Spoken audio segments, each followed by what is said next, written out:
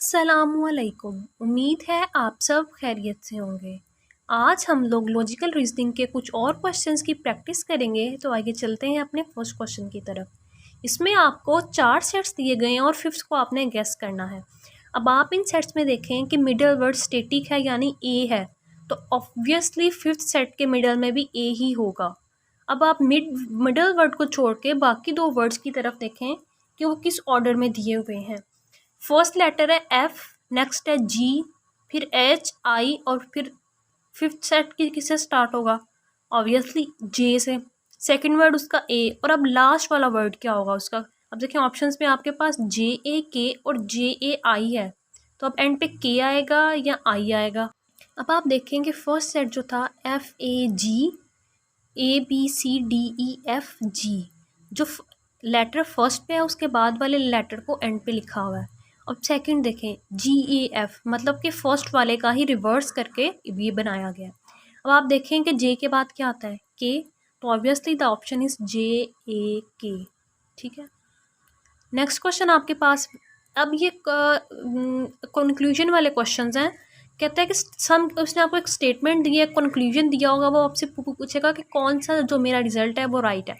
अब स्टेटमेंट है some kings are wise, some kings are wise and all wise kings are beautiful.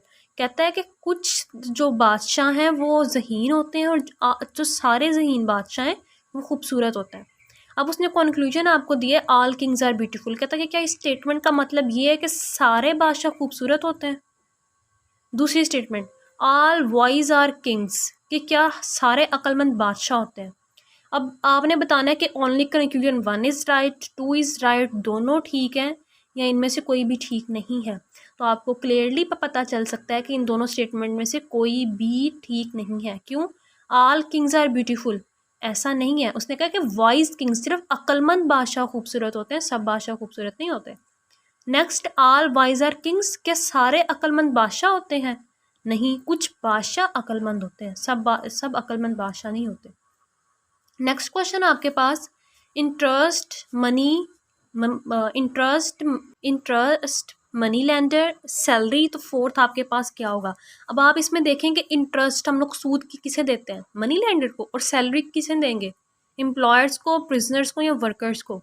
अब आप यहाँ पे ज़रूर कंफ्यूज होंगे कि हम लोग सैलरी तो एम्प्लॉयज़ को भी देते हैं, वर्कर्स को भी देते हैं। नहीं, सैलरी एम्प्लॉयज़ को दी जाती है, वर्कर्स को वेजेस दी जाती हैं। वेजेस होता है कि आप ऑर्ली या डेली किसी को कोई पेमेंट करो, ठीक है, इसलिए इसका आंसर क्या आएगा? अल्फ़ा।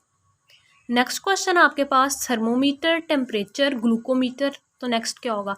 अब आपने सिर्फ इसमें मिथ फॉलो करनी होती है कि किस सेंस में दिया हुआ है। अब थर्मोमीटर और टेम्परेचर का क्या रिलेशन है आपस में? ऑब्वियसली थर्मोमीटर टेम्परेचर को मेजर करने के लिए यूज़ होता है, तो ग्लूकोमीटर किस चीज़ को मेजर करने के लिए यूज़ होगा? ब्लड शुगर को। वो अपने नेम से जाहिर कर रहा है, ग्लूकोमीन ग्लूकोज लेवल ब्लड का चेक करने के लिए यूज़ होगा।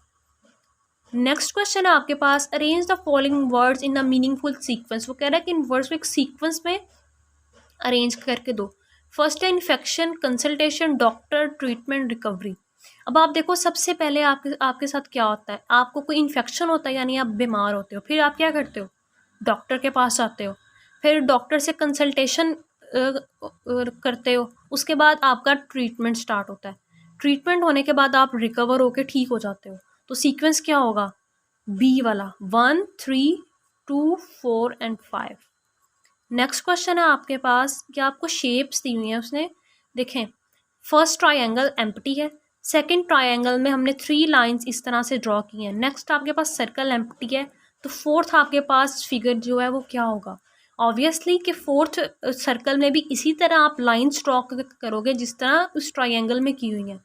जब आप उस सर्कल में लाइन ड्रॉ करोगे तो आपके पास करेक्ट ऑप्शन डी बनेगा। नेक्स्ट क्वेश्चन आपके पास 100 50 25, तो फोर्थ क्या होगा आपके पास? जस्ट इस लॉजिकल रीजनिंग बहुत इजी है, इसमें कुछ मुश्किल नहीं है। सिर्फ आपने करना क्या है, आपने मिथ को फॉलो करना है कि किस सीक्वेंस में दिए गए। अभी देखें 100 50 25 इनका आपस में क्या रिलेशन बन रहा है? सबको डिवाइड किया जा रहा है। देखें 100 डिवाइडेड बाई 2 50, 50 डिवाइडेड बाई 2 25। अब आपने नेक्स्ट बिट को 25 को 2 पे डिवाइड करना है, तो आपके पास आपका आंसर आ जाएगा 12.5। आज की प्रैक्टिस ख़त्म हुई। आप सब इसकी प्रैक्टिस कीजिएगा और अगर वीडियो अच्छी लगे तो लाइक और शेयर ज़रूर करें और हमारे चैनल को सब्सक्राइब करें ताकि आइंदा आने वाली वीडियोज़ आपको बवक्त मिल सके। अल्लाह हाफ़िज़।